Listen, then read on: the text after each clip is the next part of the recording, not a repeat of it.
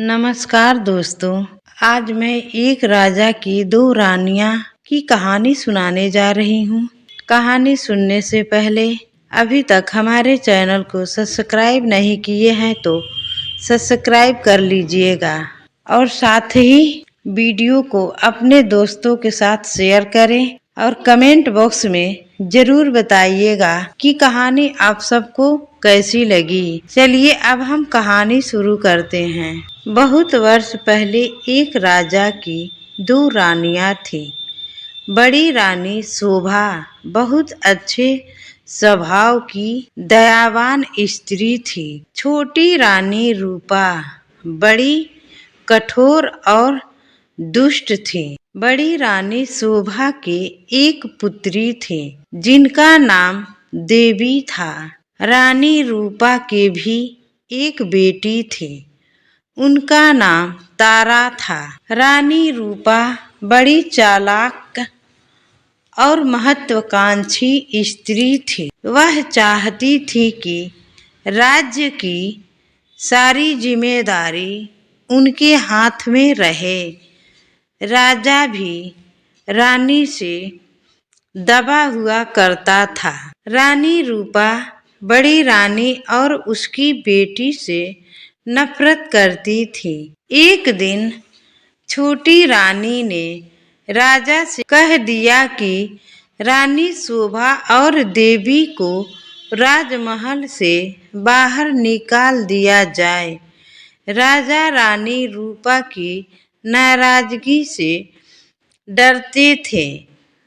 उसे लगा कि उसे वही करना होगा जो रूपा रानी चाहती हैं। राजा ने बड़ी रानी और उसकी बेटी को राजमहल के बाहर एक छोटे से घर में रहने के लिए भेज दिया, लेकिन रानी रूपा की घृणा इससे भी नहीं हटी। रानी रूपा ने देवी को आज्ञा दी कि वह प्रतिदिन राजा की गायों को जंगल में चराने के लिए ले जाया करें।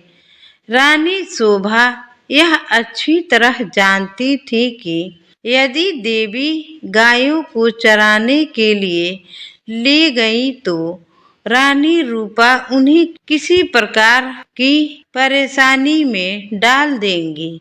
इसीलिए उसने अपनी लड़की से कहा कि वह रोज सुबह गाय को जंगल में चराने के लिए ले जाया करे और शाम होने से पहले वापस घर लौट आए। देवी को अपनी माँ का कहना तो मानना ही था, इसीलिए वह रोज सुबह गायों को जंगल में ले जाती। एक शाम जब वह जंगल से घर लौट रही थी तो उसे अपने पीछे एक धीमी सी आवाज सुनाई दी। देवी, क्या तुम मुझसे विवाह करोगे? देवी डर गई। जितनी जल्दी हो सका उसने गायों घर की ओर हाँका और वह घर पहुंच गई। दूसरे दिन भी जब वह घर लौट रही थी तो उसने वही आवाज पुनः सुनी। वही प्रश्न उससे फिर पूछा गया। रात को देवी ने अपनी माँ को उस आवाज के बारे में कहा। माँ सारी रात इस बात पर विचार करती रही। सुबह हुआ, उसने निश्चय कर लिया कि क्या किया जाना चाहिए। तब शोभा रानी ने अपनी बेटी से कहा, मैं तुम्हें बताती हूँ कि यदि आज शाम के समय भी तुम्हें वही आवाज सुनाई दे तो तुम्हें क्या करना होगा।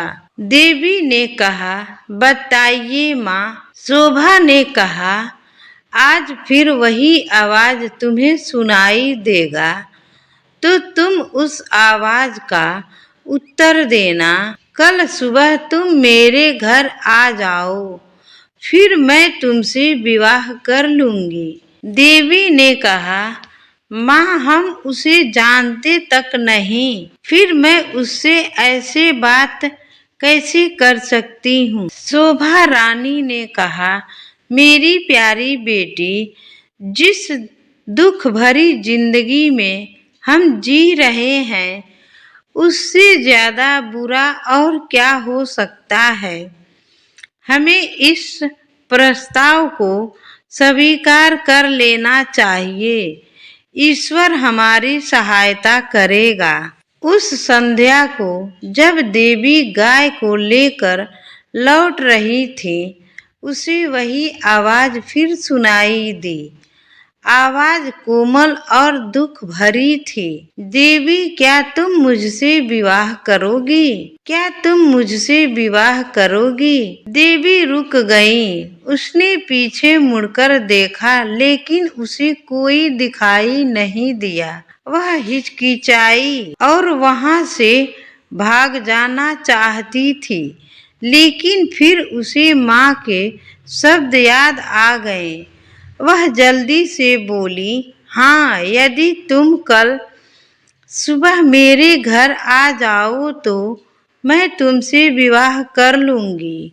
तब वह बड़ी तेजी से गायों को हाँकती हुई घर चली गई। अगले दिन सुबह रानी शोभा जरा जल्दी उठ गई। उसने जाकर बाहर का दरवाजा खोला, देखने के लिए कि कोई प्रतीक्षा तो नहीं कर रहा। वहां कोई भी न था। अचानक उसे एक धक्का सा लगा और वह शतबद्ध रह गई। एक बड़ा अजगर कुंडली मारे सीढ़ियों पर बैठा था। रानी शोभा सहायता के लिए चिल्लाई। देवी और नौकर भागे भागे आए कि क्या बात है। तभी